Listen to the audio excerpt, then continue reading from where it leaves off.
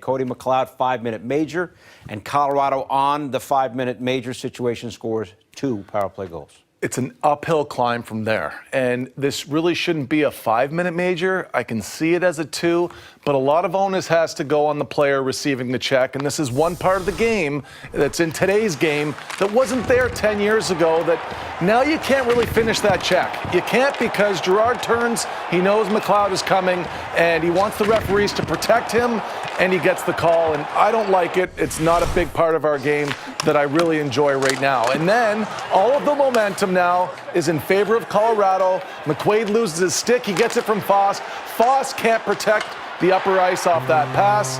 And then you've got all-star Nathan MacKinnon going top cheese. It's easy for him from there. That's where he likes to be on the power play, to distribute the puck and to shoot it.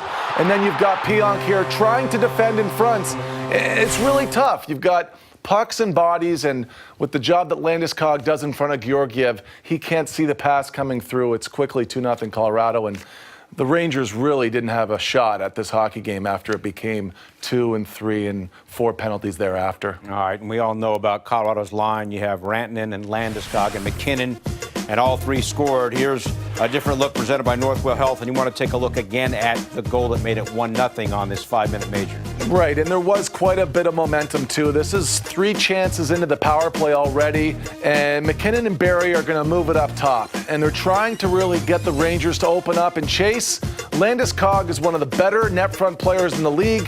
He was tracking the pass all the way through, so Georgiev really doesn't have the ability to control the puck, Bill. Everything that hits him is going to create a rebound, which then forces McQuaid to defend. He breaks his stick, and now you see the exchange here, and this is wide open. The box is wide open.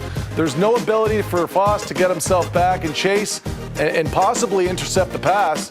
And you've got an open shot here on a clear-sighted shot for Georgiev, which he hasn't been beaten on. We talked about this before the game. 134 shots, only 4 goals coming into this one. And Georgiev's his play in the entire game was terrific.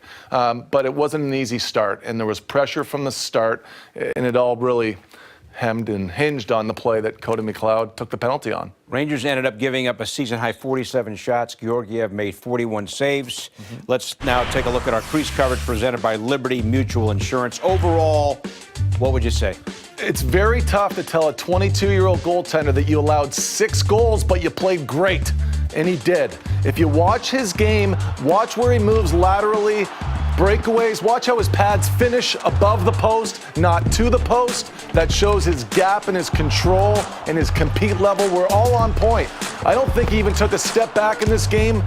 The only tough part was the very end of the game, Bill. After the 6th goal went in, he did look pretty defeated. In the last 6 minutes, you could see where it's wearing on a young guy, and that's where I get a little concerned, just being in the goalie development business, where you've got to be sure that if you're going to put a guy in a net that he doesn't have a chance to win and he's keeping it close, but then it gets out of hand, do you risk putting your number 1 in net?